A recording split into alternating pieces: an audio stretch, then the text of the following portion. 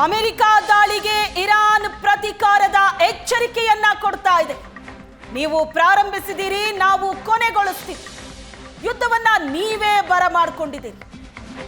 America ದಾಳಿಗೆ Iran ನಾಯಕ Khamenei ಎಚ್ಚರಿಕೆಯನ್ನ ಕೊಟ್ಟಿದ್ದಾರೆ. ಇರಾನ್ ಮೇಲೆ ಅಮೆರಿಕ ನಡೆಸಿದಂತ ದಾಳಿ, ಪರಮಾಣು ಕೇಂದ್ರಗಳನ್ನ ಟಾರ್ಗೆಟ್ ಮಾಡಿ ಅಮೆರಿಕ ದಾಳಿ ನಡೆಸಿದ ನಂತರ ಇರಾನ್ ಈಗ ಪ್ರತೀಕಾರದ ಎಚ್ಚರಿಕೆಯನ್ನ ಕೊಡ್ತಾ ಇದೆ. ಈ ಬಗ್ಗೆ ಹೆಚ್ಚಿನ ಡೀಟೇಲ್ಸ್ ಕೊಡ್ತಾರೆ ಶಶಿಶೇಖರ್ ಇದ್ದಾರೆ ಸಂಪರ್ಕದಲ್ಲಿ.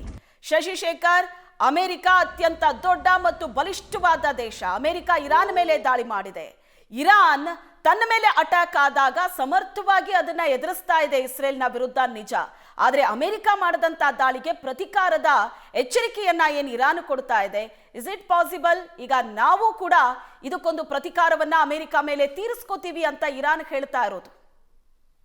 ಶ್ವೇತಾ, ಇರಾನ್ ಅಮೆರಿಕದ ಮೇಲೆ ದಾಳಿ ಮಾಡುವಂತಹ ಸಾಧ್ಯತೆ ಇಲ್ಲ. ಇರಾನ್ನ ಬಳಿ ಅಮೆರಿಕದ ಮೇಲೆ ನೇರವಾಗಿ ದಾಳಿ ಮಾಡುವಂತಹ ಕ್ಷಿಪಣಿ ವ್ಯವಸ್ಥೆ ಇಲ್ಲ. ಅಂದ್ರೆ ಅಷ್ಟು ದೂರ ಕ್ರಮಿಸುವಂತಹ ಕ್ಷಿಪಣಿಗಳ ಸಾಮರ್ಥ್ಯ ಇರುವಂತಹ ಕ್ಷಿಪಣಿಗಳು ಇರಾನ್ನ ಬಳಿ ಇಲ್ಲ.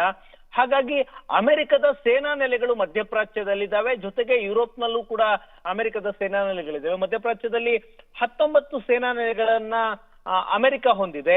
ಯುರೋಪ್ನ ವಿಷಯಕ್ಕೆ ಬಂದ್ರೆ 49 ಸೇನಾ ನೆಲೆಗಳು ಯುರೋಪ್ನಲ್ಲಿ ಅಮೆರಿಕದ ಸೇನಾ ನೆಲೆಗಳಿದ್ದಾವೆ.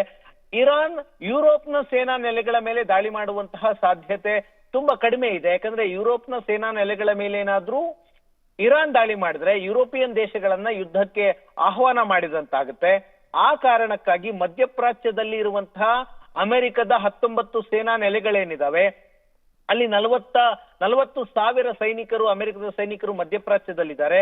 ಉದಾಹರಣೆಗೆ ಕತಾರ್ನಲ್ಲಿ ಅಮೆರಿಕ ತನ್ನ ಸೇನಾ ನೆಲೆಯನ್ನ ಹೊಂದಿದೆ, ಬಹರೇನ್ ನಲ್ಲಿ ಸೇನಾ ನೆಲೆ ಇದೆ, ಕುವೈತ್ ನಲ್ಲಿ ಸೇನಾ ನೆಲೆ ಇದೆ, ಜೋರ್ಡಾನ್ ನಲ್ಲಿ ಸೇನಾ ನೆಲೆ ಇದೆ, ಸೌದಿ ಅರೇಬಿಯಾದಲ್ಲಿ ಸೇನಾ ನೆಲೆ ಇದೆ. ಈ ಅಮೆರಿಕ ಹೊಂದಿರುವಂತಹ ಸೇನಾ ನೆಲೆಗಳನ್ನ ಗುರಿಯಾಗಿಸಿಕೊಂಡು ಇರಾನ್ ದಾಳಿ ಮಾಡುವಂತಹ ಸಾಧ್ಯತೆ ಇದೆ. ಅಮೆರಿಕಕ್ಕೆ ಗೊತ್ತು ಇರಾನ್ ಪ್ರತಿ ದಾಳಿಯನ್ನ ಮಾಡಬಹುದು ಅನ್ನುವಂತಹ ಅಂದಾಜನ್ನ ಈ ದಾಳಿಗೂ ಮೊದಲೇ ಅಮೆರಿಕ ಹಾಕೊಂಡಿದೆ, ಎಕ್ಸ್ಪೆಕ್ಟ್ ಮಾಡ್ತಾ ಇದೆ ಯಾವುದೇ ಕ್ಷಣದಲ್ಲಿ ದಾಳಿಯನ್ನ ಇರಾನ್ ಮಾಡಬಹುದು ಅಂತ.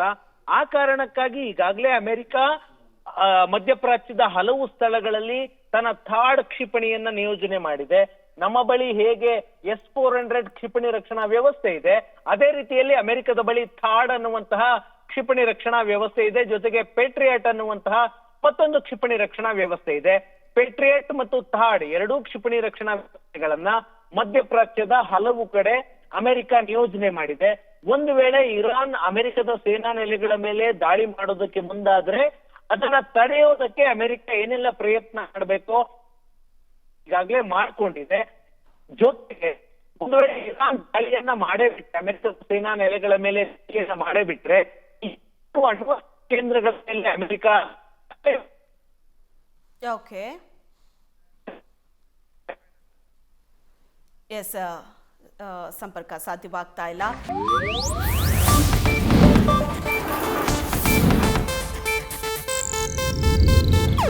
ಇದು ಏಷ್ಯಾನೆಟ್ ನ್ಯೂಸ್ ನೆಟ್ವರ್ಕ್ ಪ್ರಸ್ತುತಿ.